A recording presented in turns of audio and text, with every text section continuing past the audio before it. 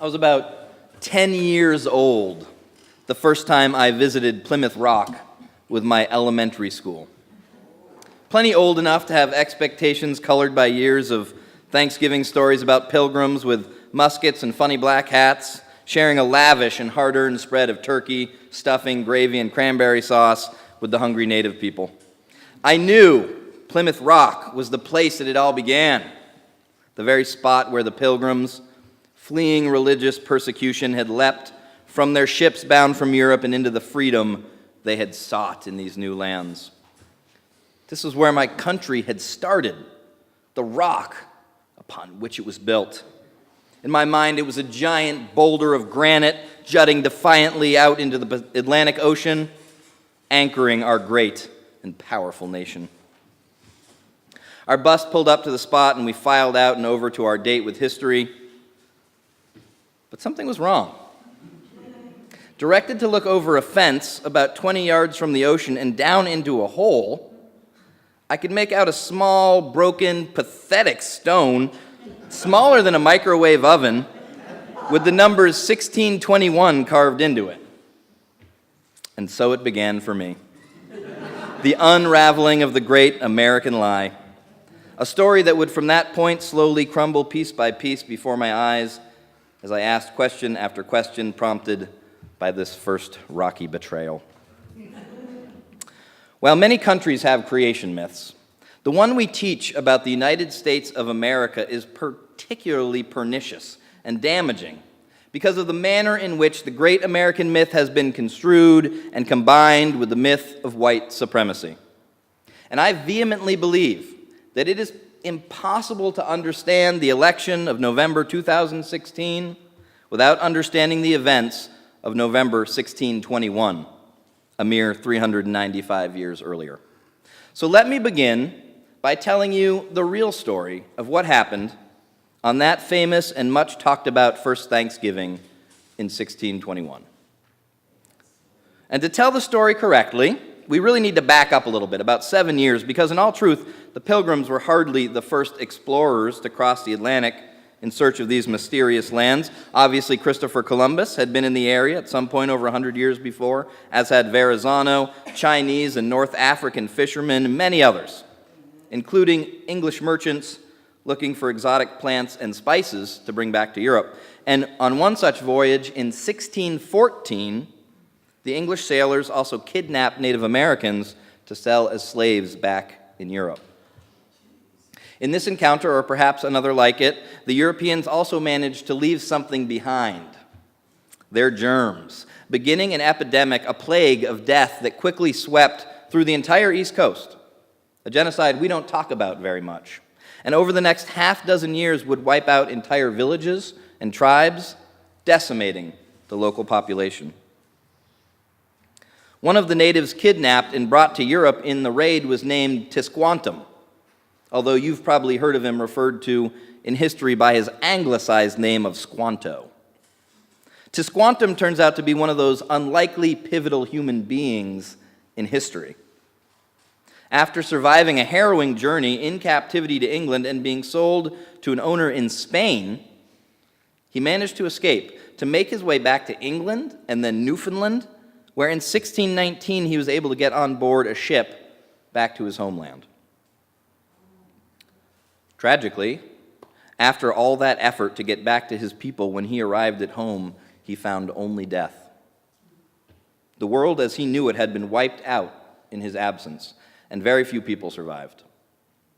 But clearly, fate and history were not done with Tisquantum. About a year later, after being severely blown off course, a ship called the Mayflower appeared on those same shores. And far from the majestic leap onto Plymouth Rock, as I had heard it told, what actually occurred was not nearly as romantic. After a small search party rowed ashore, they were met by one lone Native American who, to their complete astonishment, greeted them in broken English, introduced himself as Samoset, and asked for some beer. He had been wandering south from Maine, looking for survivors from the plague that had wiped out his people, and spent time with British explorers that had shared their ale and language with him, both of which he had taken to. The next day, he introduced the Pilgrims to Tisquantum, who he had met on this journey and described as the only surviving native of the tribe that used to live in this place. Not this place, but that place, which they called Patuxet, but would eventually be renamed Plymouth by the European invaders.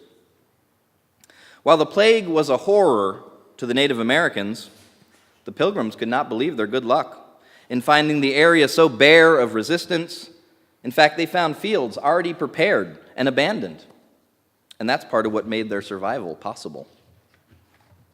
Even with these tragically gained advantages, Tisquantum knew the Pilgrims had little chance of surviving long in this foreign land, so he stayed with them, helped introduce them to native agriculture techniques like using fish as fertilizer and how to grow corn, and perhaps most importantly, he introduced them to Chief Massasoit, the leader of the closest surviving group of Wampanoag still in the area.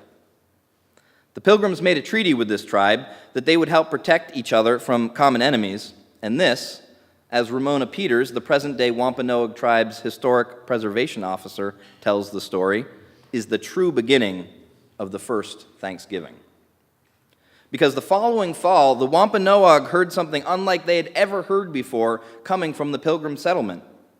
It was the sound of dozens of guns and heavy cannons being fired at once. So Chief Massasoit gathered 90 warriors, and they rushed to the source of this noise, assuming their new friends were under attack and needed their assistance. But to their bewilderment, when they showed up, they found the Pilgrims wildly firing their guns and cannons in the air. Through a translator, they were able to ascertain that the Pilgrims were not under attack, but rather celebrating their first successful harvest, much as some modern cultures do now by firing off all of their guns. But rather than clear things up, this explanation completely baffled Massasoit and the warriors. So they set up camp to observe and make sure the Pilgrims weren't actually up to something else, because they had already been deceived by other Europeans. And this is our first Thanksgiving. Over the next 4 days, the Native Americans moved freely throughout the settlement, trading goods and food with the desperate Pilgrims, perhaps eating meals in similar spaces, but there was no grand meal that they were invited to share, and there certainly was no turkey, gravy, stuffing, or cranberries. None. Those all came about 100 years later, in the late 18th century, as the Boston Brahmin were writing the story they wanted the world to know about the founding of their newly independent country. And they loved turkey and cranberries. And that's where it all comes from. So this pretty little lie of a shared meal offered from the successful and hardworking white Pilgrims to the needy and dependent native people was born and sewn into the very fabric of who we believe ourselves to be. And it began as well an unconscious but ever-present narrative of white supremacy that's haunted this nation and how we tell our story ever since. I believe you can draw a straight line from this lie to slavery, to Jim Crow, to the murder of Emmett Till, and the need for the Black Lives Matter movement. Because all of the other stories that counter this narrative have been silenced, have been ignored and erased. From the incredibly rich network of cultures that pre-existed European invasion in these lands, to the explorers from nations other than England who contributed to the early American experiment, to the lives of the millions of black and brown-skinned bodies that were forcibly brought here in chains and shackles and denied freedom, the very thing the myth said we stood for. Their truths, their wisdom, their guidance for the future are all lost to us because their stories did not fit the lie of who we were and wanted the world to think we actually were. And so instead, in their place, at the center of the incredible American lie, we always find a bunch of hardworking white people who did it pretty much on their own. From the Pilgrims to the settlers of the Midwest in stagecoach to the cowboys of the Wild West, it's a white story. No mention of a plague that cleared the way of people, or essential help from few natives still around, or the hardest of all labor contributed by enslaved Africans and barely free Asian and Hispanic people, or the countless contributions of immigrants from every country, culture, and skin color. As my colleague, Reverend David Schwartz, put it in a Thanksgiving reflection he shared a few years back, We gather at Thanksgiving in some sense to retell the creation myth of our country. In this myth is our very best and our very worst. A boldness, a care for the common good, a wish to say we before I. Yet, from even before the first Thanksgiving feast, it's a story of theft and violence and a ruthlessly narrow definition of who we really means.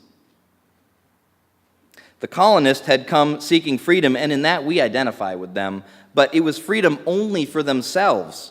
In every generation forward, from that day to this, the people living in this land that became America struggled always with the question, who is freedom for?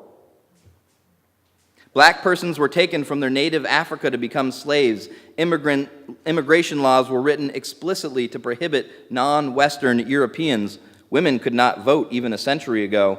In many states right now, gays and lesbians can be legally fired or evicted merely for not being straight. The Universalist minister Clarence Skinner wrote a century ago, "The fight for freedom is never won. Each generation must win for itself the right to emancipate itself from its own tyrannies, which are ever unprecedented. Therefore, those who have been reared in freedom, that's us, bear a tremendous responsibility to the world to win an even larger and more important liberty. So may it be for us. We are the inheritors of our liberty, won with sweat and labor and blood of generations before us. May we be a people committed to winning an ever larger liberty for the generations that follow." Who is freedom for? May we answer today and always, every one of us. But who freedom is for, once again, is the question of the day. When we hear talk from the highest levels of government of a Muslim registry, when we already hear plans to overturn Roe v. Wade, when black and brown-skinned lives are treated differently than white ones in the criminal justice system and by many law enforcement officers, we must ask again, who is freedom for? Who is America for? What story is our truth? That is really what it comes down to. Free for everyone or just some? All voices welcome or not? For too long, we've allowed the pernicious lie of white supremacy to infect the story of who we are. And the consequences continue to be real for everyone, right up to this election, which was defined by two different camps that could not even agree on what the true story was about even current events playing out right in front of our eyes. The inevitable conclusion of 240 years of investing in a false narrative and locking so many voices out of the conversation of what truth is. I mean, can you believe that up until recently, mainstream America refused to believe the overwhelming testimony of African Americans about their treatment at the hands of law enforcement? Not until everyone ended up with video cameras in their pockets that provided us with incontrovertible proof that we still argue with did we believe that this could be happening in the land of the free. Two stories, two Americas. It's long beyond time to welcome all voices into the story of this country. And if we're going to live in a country that's truly free for everyone, then it must be built on true stories. So we must not only make it possible for all voices to be heard, but we must actively counter the old lie of white supremacy wherever it rears its head. This Thanksgiving, take the first step by not only refusing to retell the lie of this country's founding, but to learn something about the real story. Who is freedom for? May we answer today and always, every one of us.